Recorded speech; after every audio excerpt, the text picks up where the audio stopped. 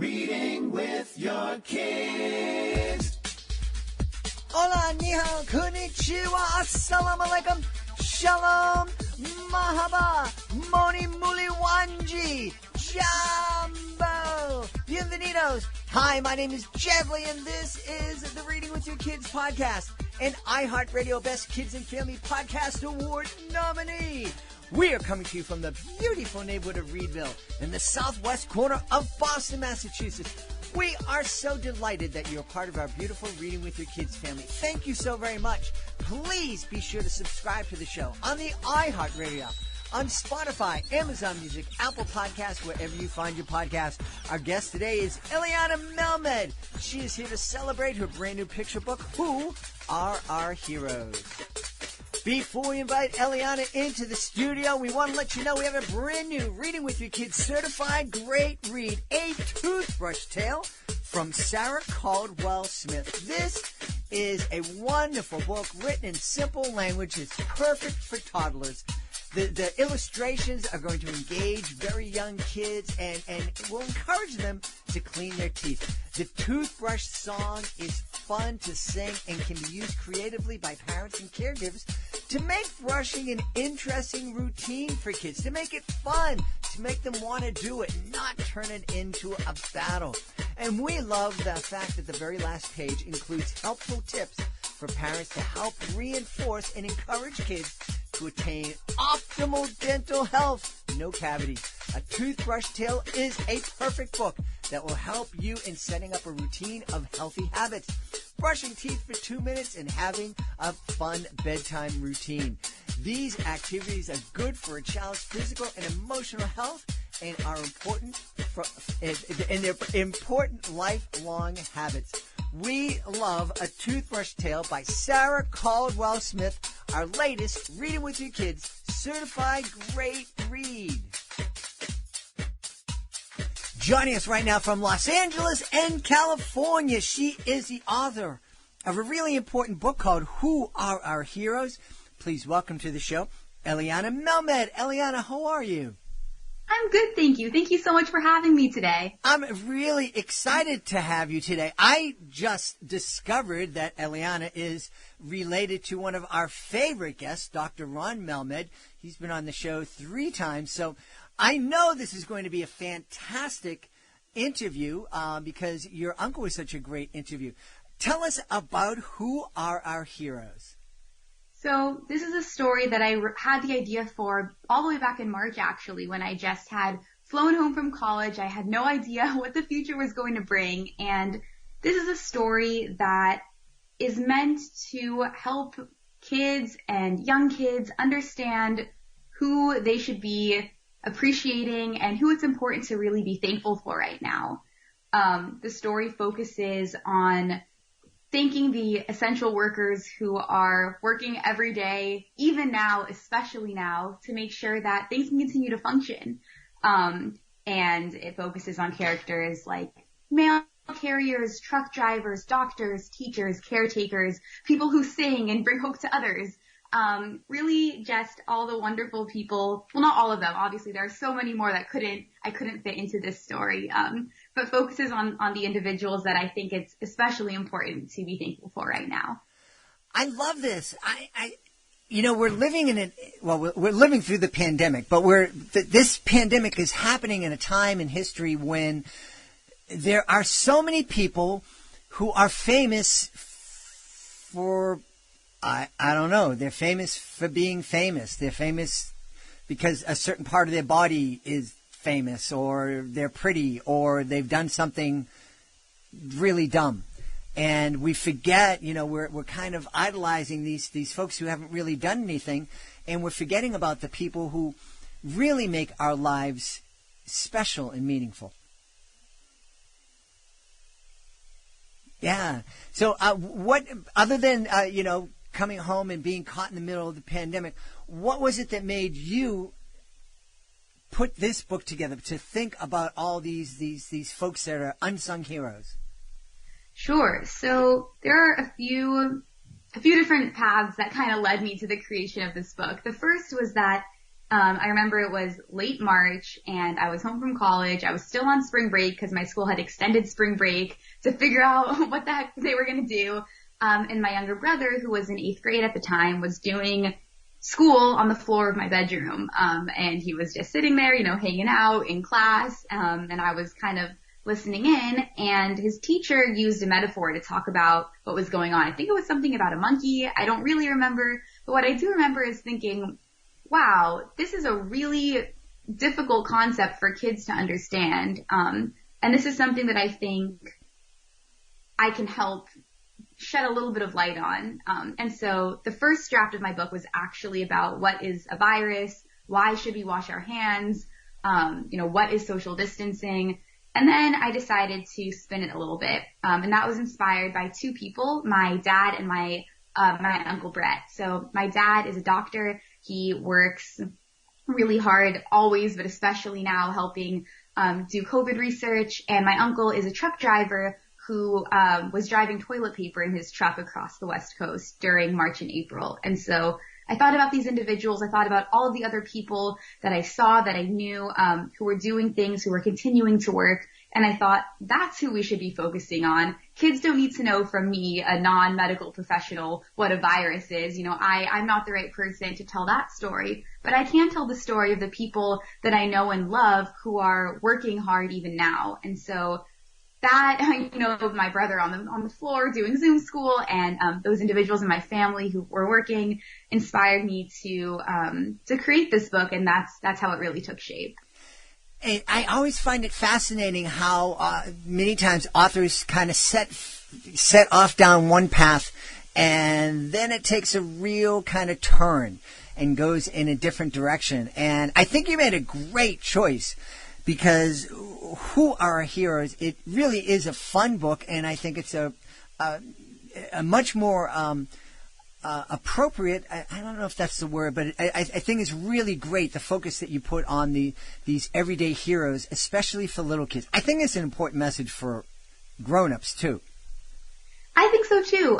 It's something that I think is really important to note, especially when you talk about coming at it from the grown-up perspective, is that I think using the designation of hero, it's when you call someone a hero, it's really important to match your actions with your words and not say, oh, they're a hero, therefore I don't have to be thoughtful, I don't have to be careful, I don't have to wear my mask around them because I'm calling them a hero and putting them on a pedestal, and therefore, all of my obligations have gone away.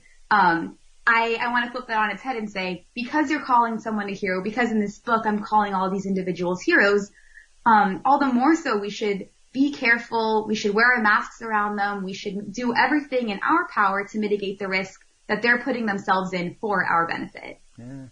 Boy, talk about a hero. You mentioned your uncle driving toilet paper around in March. I mean, he was putting his life on the line. I don't mean to be, I just think back and think of all the panic and kind of craziness that was happening back in March.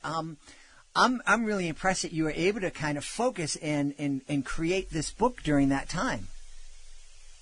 Yeah, it was a pretty quick turnaround for the process. I mean, I had the idea mid-March. The book was released on Amazon mid-May, and so in 2 or 3 months, I was able to, find an illustrator, finish the manuscript, put it all together, learn how to self-publish, figure out, formatting and how to do the files, and then get it out into the world and figure out everything. And I never expected to be a children's book author. I didn't know that I even wanted to do that, or that I could figure out how to do that. So it's been a surprise to me, but it's been a really fun process. You mentioned your illustrator, and I have to give you a big hats off for mentioning your illustrator. My daughter's in the music industry. I've said this on the show before. If we go to a concert, and the concerts were one of these things we used to be able to go to before the pandemic hit, we could get together and listen to music. It was wonderful. Hope that happens again. But if we'd be at a show and listening to a concert, anytime the artist takes the time to introduce the rest of the band, my daughter falls in love with the artist. And if the artist takes the time to recognize all the members of the crew, well, that artist is on a pedestal forever. So I love that you are taking the time to talk, to recognize your illustrator. They're such an important part of a picture book. Yeah, and honestly, I feel like it's not even a good metaphor to say that I'm, the singer and Amy's in the band. I feel like this has really been an equal partnership throughout the entire process.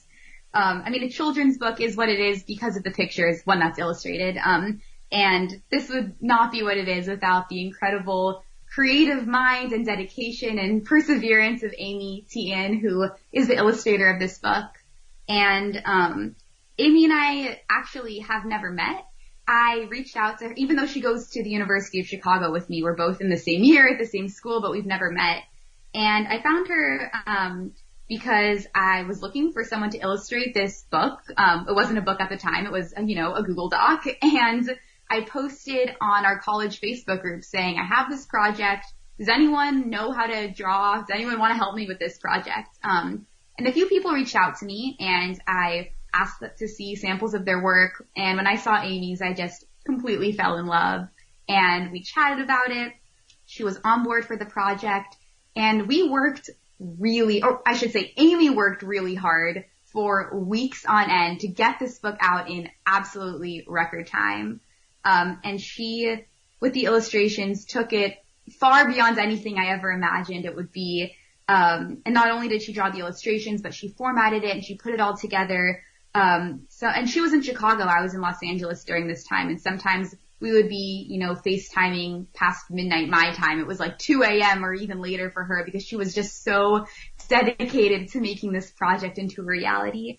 I've still never met Amy, even though we've talked for hours and hours. And I hope that one day after the pandemic is over, we'll find ourselves in the same place so that I can give her a hug and thank her so much for all of the work she put into this project. Well, it's really, I love the fact that you are recognizing one of the heroes in your life who helped you put this together. Absolutely. Shout out to you, Amy. I wish you could be here on the podcast with me now. Yeah. What's the reaction been to this book so far? People have really liked it. I've gotten a lot of really great feedback from people with kids, people who are essential workers. I did the week of Thanksgiving, a few weeks ago. I tied a bunch of ribbons around the books and I went and I gave them out to, USPS, mail carriers that I saw on the street. I went into grocery stores. I went into pharmacies. And I just handed them out to people and people were so excited to see themselves represented on a book like this. I've also gotten really great feedback from kids who feel like they see themselves in the book. The story doesn't focus on one central individual. And so throughout the book, there are different kids and different people portrayed. So I wanted everyone to be able to see themselves represented somewhere in this book. Yeah. That's really important, I think. And we've talked a lot about the importance of kids seeing themselves represented positively in the pages of books. I never thought about how important it would be for essential workers to see themselves portrayed positively in the pages of books. But I think that's a really great way of recognizing the service that they're providing for us. Absolutely. There's one man in particular who was driving a truck outside of Vaughn's. He was delivering a bunch of groceries, and I saw him, starting to unload and get things out of the truck. And so I went up to him and I said, "Would you be interested? Can I gift you a copy of my book?" And he had the biggest smile on his face. He said his kids and his grandkids were going to be so excited about this book. And they all ended up posting, on my Instagram, and I posted the picture of him holding the book, and they were all so excited to see their dad, their grandfather, represented in a book like this. And I think that's a little bit of what I'm trying to do, is not only to educate kids and to help kids think, oh, who can I be thankful for, but also for people who are driving these trucks or who are delivering groceries or, delivering the mail, to see themselves being thanked and appreciated in a work like this. Was this kind of therapeutic for you? I don't know if that's the right word, but, we're all kind of looking for ways to pass the time during the various stages of lockdown, but also kind of figuring out what the world is all about. Was this something that kind of helped you with that part of your life? Yeah. I was feeling really helpless early on in the pandemic, and I think a lot of people were and still are. And, I was thinking I'm still in school. I'm a college student. Like, what can I practically do to contribute even the smallest bit to the good of the world during this terrible time? And so, I feel like, I created something tangible and something that is going to last far beyond the pandemic and will still be relevant even after the pandemic is over, but is especially relevant right now. And I feel like if I can shed a little bit of light, a little bit of hope, a little bit of, excitement and gratitude and thankfulness and thoughtfulness right now, then I'm really grateful to have the opportunity to do that. Yeah. And I think also that's what really drew Amy Tian, who is my incredible illustrator, into this project. Yeah. And I go ahead. No, that's, I think that's really fantastic. That you're doing it. It's a wonderful way to help kids. I know myself, having lived through various tragedies, one of the frustrating things is when you're seeing something on TV and you kind of feel helpless, and it's like, sure, I can donate some money, but I really want to be there and I really want to help and, take somebody by the hand or move a tree off a house that's been destroyed. And sometimes we can't. And that's the same feeling I think a lot of people are feeling right now. It's like, I wish I could go out there and find the virus and beat it up or go throw it in the ocean. Yeah. And this is something that you were able to do. What's been the biggest surprise that you experienced as you're writing this book and then getting it out into the world? I mean, in terms of the process itself, I was surprised that once the book was out into the world, the hard part was not over.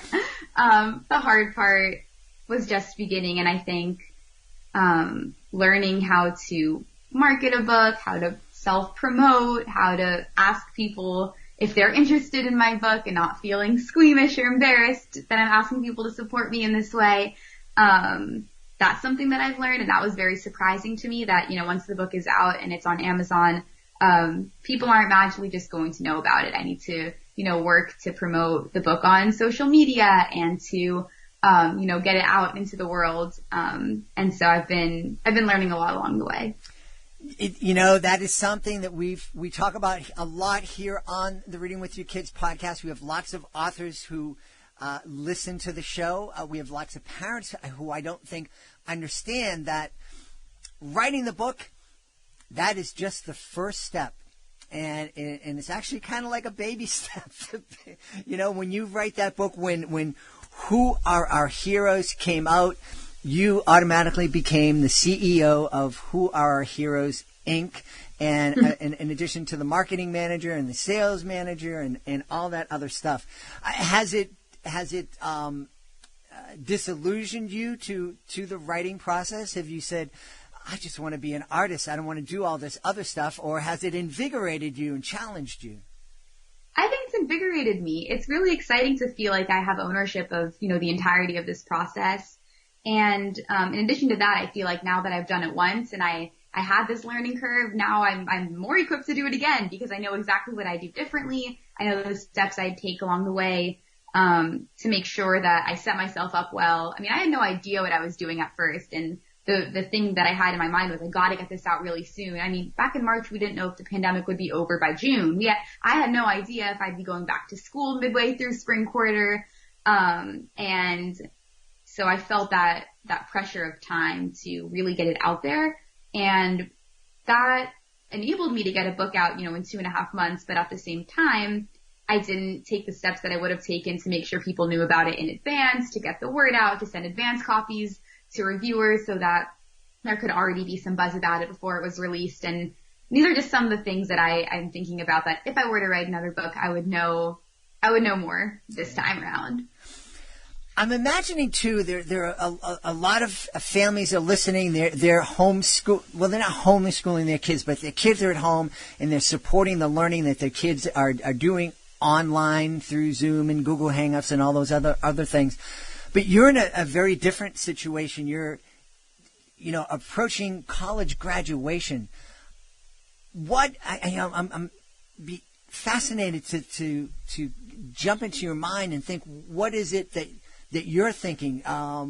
Your hopes for the future as you're thinking, and wow, I might not be able to go to a graduation. I'm not going to be able to walk across that stage like I always dreamed of. And so what's Eliana thinking of in terms of that part of your life? There's so much worse going on right now. So much that's worse in the world that, not having a graduation is really the least of anyone's concerns. First of all, I'm feeling grateful that I was in a position where I was able to focus my time and energy on a project like this. I know that a lot of people were struggling with problems and, dealing with, are they going to be able to keep their jobs or having all of these really all-consuming problems, and the fact that I was able to focus on this project and create during this time of crisis makes me feel very, very fortunate and grateful.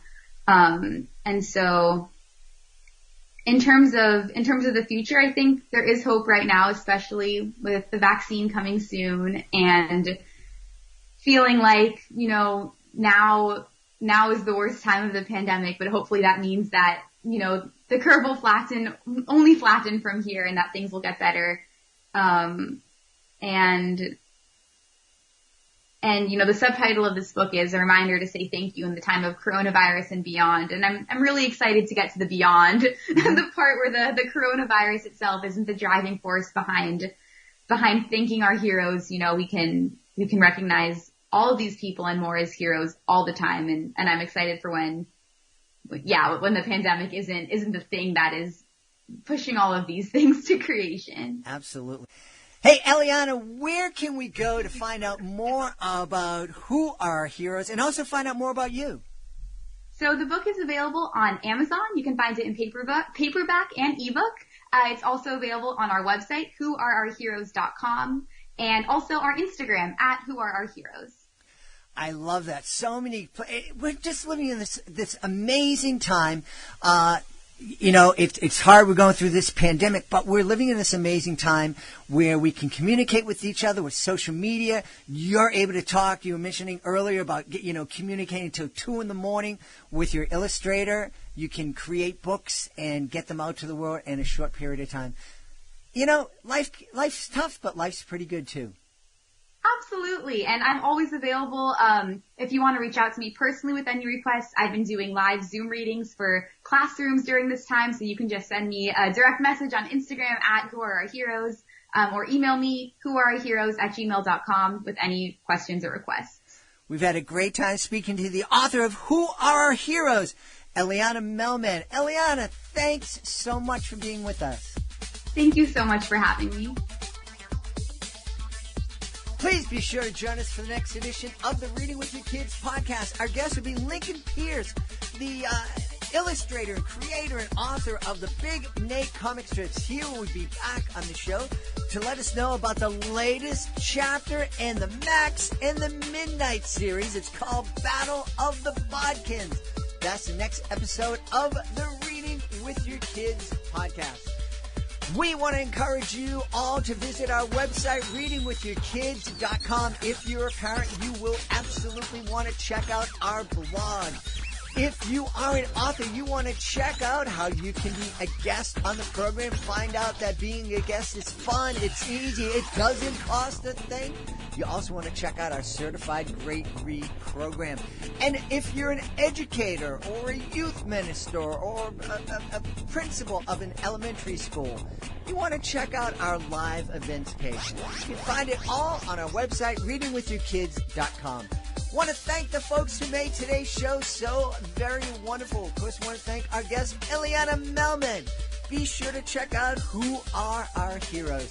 Also want to thank my team, Alejandra Doherty, Fatima Khan. I want to thank my beautiful wife for all the support she gives me. Most of all, we want to thank you. Thank you so much for taking the time to join us today. And as always, thank you so very much for taking the time to make the world a better place by Reading with Your Kids. I'll be looking for you in the next edition of the Reading with Your Kids podcast.